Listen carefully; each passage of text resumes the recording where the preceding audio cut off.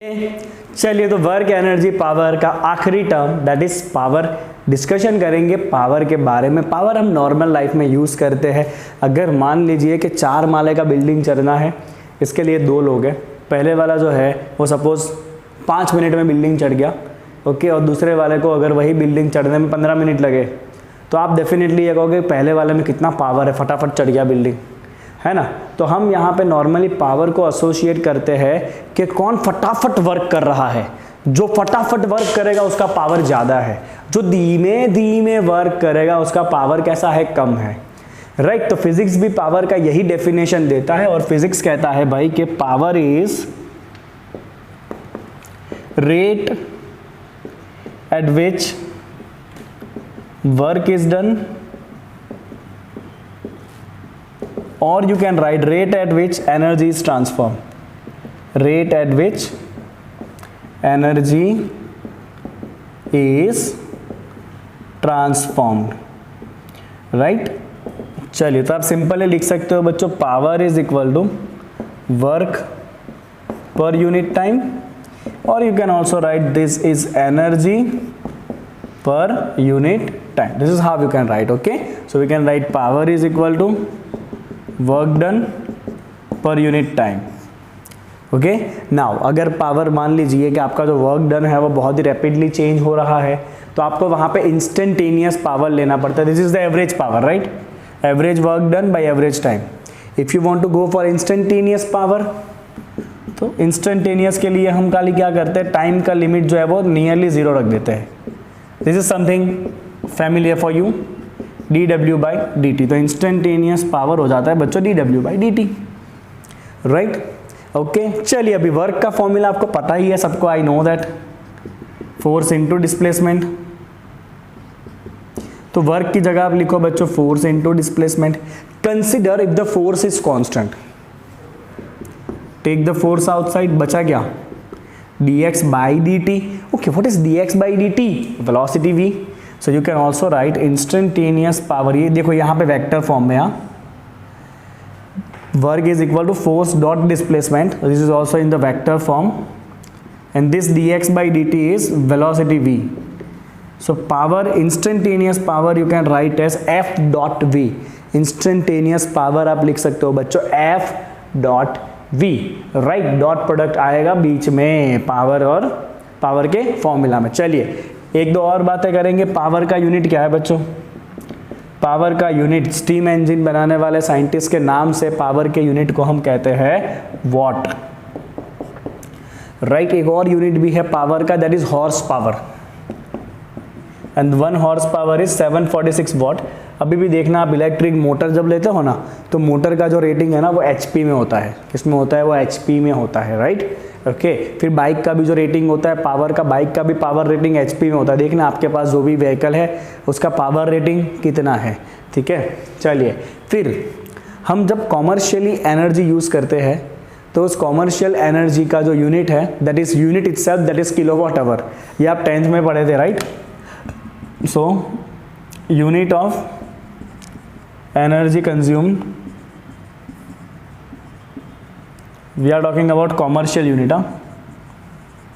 commercial unit, that is 1 unit, and that 1 unit is 1 kilowatt hour। अभी आपको ये सब पता है तो ज़्यादा टाइम पास नहीं करेंगे। 3.6 × 10⁶ जूल होता है 1 यूनिट का मतलब, राइट। तो आपके घर पे जब इलेक्ट्रिसिटी बिल आता है तो चेक करिएगा आपका कितना यूनिट हर महीने में यूज़ होता है, राइट। और उस यूनिट के हिसाब से पीछे भाव लिखा होगा, तो आप वहाँ से अपना लाइट बिल खुद निकाल सकते हो कि कुछ गड़बड़ तो नहीं है ना कैलकुलेशन में। You can always check it out, right. तो this is all about the power. We will remember very simple formula, power equal to f.v, power equal to what, f.v। अब ये पावर के ना कुछ एंट्रेंस एग्जाम में question पूछे जाते हैं, उसमें आपको ऐसा कहा होता है कि सपोज मान लो कि फोर्स ऐसा है that is directly proportional to the time, या force is directly proportional to the square of time. तो आपका जो पावर है वो किसको प्रोपोर्शनल होगा। तो ऐसे क्वेश्चन पूछे जाते हैं। We will also solve that question, okay. अभी आप पहले इतना कॉपी करिए जो बेसिक है पावर का, उसके बारे में। आइए बच्चों, बात करते हैं about the example number 6.11, power से जुड़ा हुआ है सवाल। सवाल ऐसा कहता है कि an elevator can carry a maximum load of 1800 kg, that is elevator plus passenger is moving up with a constant speed of 2 metre per second. तो एक एलिवेटर है जिसका टोटल मास है 1800 kg, it is moving up with a velocity of 2 meter per second. This is the mass, this is the velocity given, right? चलिए, the frictional force opposing the motion is 4000 Newton. So here we have the frictional force जो motion को oppose कर रहा है, frictional force opposing the motion is 4000 Newton. Determine the minimum power delivered by the motor to the elevator in watt as well as in the horse power. आपको find करना है the minimum power delivered by motor in watt unit and in HP unit. ठीक है, चलिए ध्यान से देखिए बच्चों, हमें सिंपल सी बात पता है कि पावर का फॉर्मूला होता है फोर्स इंटू वेलोसिटी। पावर का फॉर्मूला होता है फोर्स इंटू वेलोसिटी। वेलोसिटी हमें दिया है 2 metre per second. But what are the forces acting here? So here there are 2 forces acting together. एक तो है इस एलिवेटर का खुद का वेट जो लगेगा नीचे की तरफ, दैट इज m इंटू जी, और साथ साथ में आपको फ्रिक्शन फोर्स भी दिया है जो मोशन को अपोज कर रहा है। तो as the motion in upward direction, friction force will act in downward direction. तो यहाँ पे टोटल फोर्स लग रहा है लिफ्ट का wait along with the friction force, right? So we can write here the power is equal to force into velocity. Here the force is equal to weight of elevator plus friction force, because both are in same direction, into velocity, right? Okay, so weight of the elevator is mass into gravity plus friction force into velocity v. Mass is 1800. Take the value of g, कितना लेना है? 9.8 लेना है कि 10 लेना है?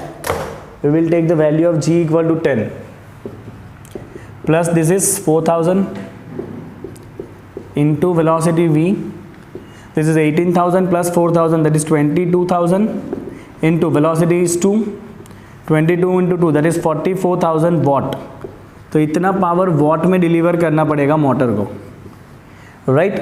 If you want to convert this to HP, कुछ tension नहीं लेना है, 746 के डिवाइड कर दो, डिवाइड करो 746 से, your answer will be in HP unit. चलिए, जैसे ही आप डिवाइड करोगे बच्चों आपका आंसर आएगा एचपी यूनिट के अंदर 59 के आजू बाजू आएगा। तो आपको जो मोटर लेना है ना इसके लिए, तो आपको मोटर लेना पड़ेगा 59 हॉर्स पावर का, 59 HP रेटिंग वाला आपको मोटर लेना पड़ेगा, तब जाके वो ये काम कर पाएगा। इससे कम रेटिंग वाला मोटर होगा ना तो फिर वो इतना वेलोसिटी नहीं दे पाएगा बिल्कुल भी।